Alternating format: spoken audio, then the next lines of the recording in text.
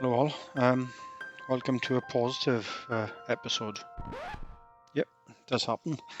Update on the fluke treatment. Some good news on the skimmer. I fixed the UV and upgraded the pond pump. Used fluke for the flukes you saw in the last episode. I've used fluke solve to date, but not unable to get rid of all the flukes. So put a couple of things in, lessons learnt. So one thing I've noticed is when I get in the shed, there's two bypasses in the drum filter.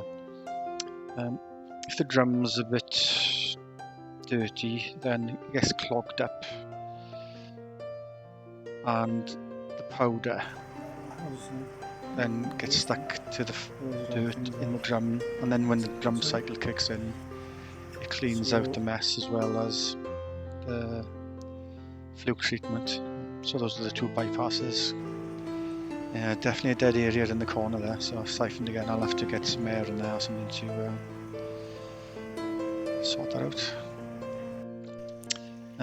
It says to use hot water, and the temperature's warmer for fluke than when I use fluke solve.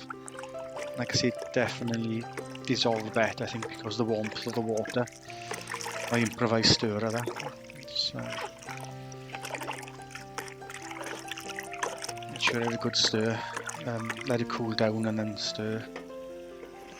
The instructions were, as with every treatment it seems, to add over an hour. So I did a few jugfuls in, waited a little while and then added more in. Yes, this definitely seems to work better in warmer temperatures generally, and as well as warm water or hot water to put it in. Not boiling, I use the hottest water I could get from the tap. Because last time I used fluke solve, you could see little bits floating on the surface, whereas it's dissolved far better, and mix in with the pond water.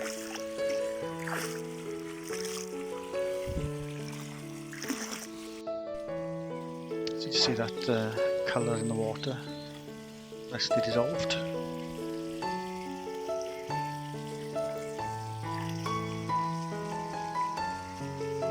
Doesn't seem to bother the fish.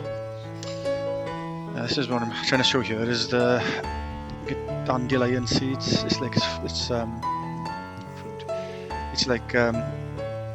snow sometimes comes down so much, so I got the old skimmer out. Didn't work at all, completely dead. Changed the filter, changed the fuse, and works straight away. Added filter bugs with all the treatment I've been using. Wanted to make sure the filters are up to speed. Yeah, problems with the drum over the last 2 years. I did have a replacement for the inner workings of the controls for the UV. But what was sent through, the boards weren't exactly the same.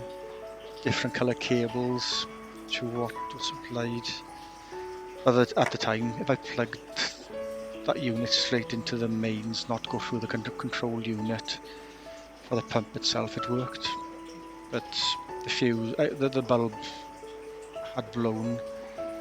When I replaced it, didn't work, but then I went through if you see there, the different colour cables. But I replaced everything, more in hope than anything. Tried to make sure I got all the cables matched, and then to my amazement it worked. So it saved me 200 plus pounder to get a new UV unit, and it's nice being in the drum. So just showing that's the water when I changed the UV. A day later, although it's hard to tell with the reflection, getting clearer. And then another day later you can see the bottom drain, although everything is very green in there, so I think I might have treated that the algae. So great, really happy with the UV, making a huge difference. It's a 40 watt UV, which seems to be plenty for the pond, and it is in full daylight most of the day. And then a couple of days later it's pretty much clear.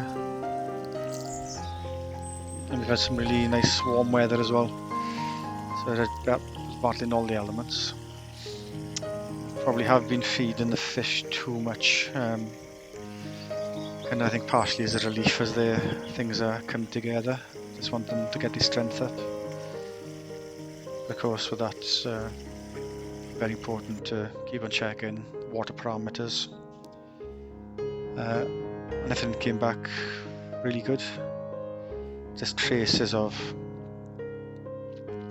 what you don't want there. Acidity probably 7.5, which I'm okay with. That's the DPD4 tablet. First time for me to have mature koi, so I'm assuming this is a bit of chasing going on, a prelude to spawning maybe. Haven't seen much since I took this, so maybe not. But, for some time I've been meaning to replace the pond pump. Didn't help, it came in Chinese, sorry, Russian. Apparently this make is used by several other companies who just changed the name on the product. So I think it's £169 for a 20,000 litre variable. So that's my old vari flow, 10,000 litre, which you can see in a minute. Is definitely made by the same company. Everything matches. So I've just turned the pump off. What I'm stopping there is any backflow from the filters back into the pond while I do the work. And yeah, see the water stopped. I'm gonna have to rethink this pipe work. So I didn't do it initially, was the builder. It's quite narrow piped, quite a few bends, so it's a fight for the flow of water. It's going to be difficult for any pump to get good flow. But it came away pretty good, not too much of a struggle at all. So I'll put that in the shed for either a spare or possibly use in the winter. See the control unit fitted exactly in the same position as the old one came out. When you look at the pump, although it's bigger because it's twice the power, they are identical. So it's just a bit of plumber's tape on the in and out connections. And then it's always important then to cut those pipes to the maximum size for maximum flow. But being the pump is a bit bigger, it's a bit of a tighter fit. Completely watertight, so I'm glad it doesn't look too pretty. But no leaks. But it's pretty much silent on the sound in the background. It's not reflective of the sound. So I'm able to run now the fountain waterfall as well as the in-pond one. Probably a little disappointed on the flow because it should be twice as much, but I think that's to do with the pipe work as much as anything. So it shows the wattage, and then when you press the up or down arrow, it shows you the percentage power of the pump, so that I put it at 80% to see the difference made in water flow, just to see if I could get a good flow with a slightly lower percentage and then lower wattage. what I've done, I've basically put it up to 100% and left it at that. What I was finding in the pond was there's quite a lot of floating either fish waste or as well as algae. It doesn't really come up on the camera too well, but I just wanted that extra pull through the bottom drain to get that up to the filters and back.